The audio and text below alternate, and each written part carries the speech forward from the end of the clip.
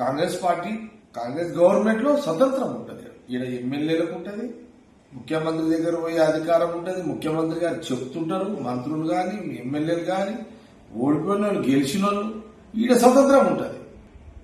మీరు దివాలా చేసిన తెలంగాణ గవర్నమెంట్ ఖజానాని మీరు చేసిన అప్పులు, ఎవరు కేసీఆర్ గారు చేసిన మీ అప్పులకు మిత్తిలు కడుతూ మెల్లమెల్లగా ఒక్కొక్క పథకాన్ని అమలు చేసుకుంటూ ఈరోజు కాంగ్రెస్ గవర్నమెంట్ ముఖ్యమంత్రి రేవంత్ రెడ్డి గారు చేస్తున్న ప్రయత్నం. ఏదో రాజకీయంగా మాట్లాడాలి కదా, నీ గొంతు వినిపించాలని కదా అని మాట్లాడుతున్నాం. నేను అందుకే అంటున్నా, ఆ రోజు లేవని గొంతు ఈరోజు లేస్తుంది. ఆ రోజు రాని మాటలు ఈరోజు వస్తున్నాయా నీకు? నువ్వా కాంగ్రెస్ పార్టీకి కాంగ్రెస్ గవర్నమెంట్ సలహాలు ఇచ్చేంత పెద్ద నాయకుడవా? నీ బోడి సలహాలు ఎవరు కావాలా?